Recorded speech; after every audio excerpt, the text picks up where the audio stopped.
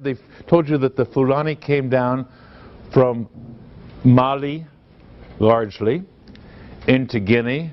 They spread out into the Sokoto Caliphate, into the Futa Toro, into Masina, the Futa Jalon. They came to all these places, these settlements. Remember those green islands that I showed you?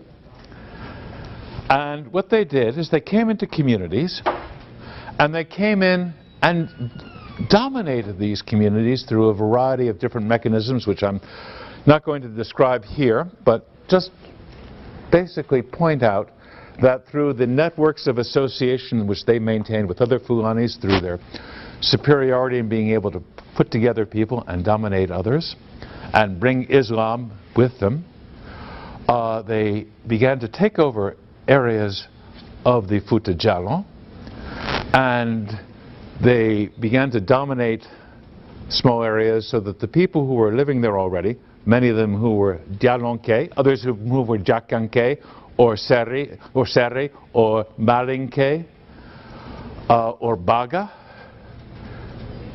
they stopped being all of these things. They took away their language. You had to speak Fulani now. They took away their language. They took away their ethnic identity. And they were called Balebes, which is basically like saying, you're Negroes.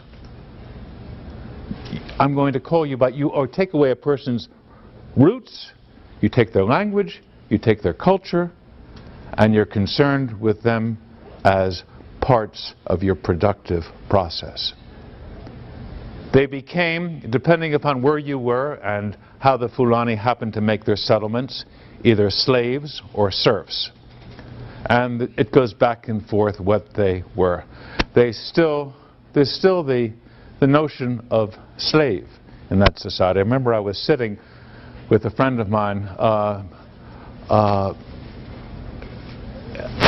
his name Ibrahim Diallo. I was sitting with him, and he was a retired captain in the army, and I went with his cousin to the house. There were about 6 of them getting together. They were planning this funeral procession for someone, a memoriam, and I asked the woman friend of mine who I went with, I said, who's this, who's that, who's this, who's that? There were 6 people there.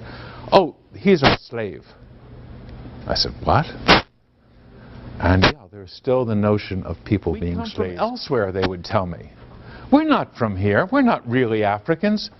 We are from India. We're from Israel, maybe. Maybe we're from North Africa.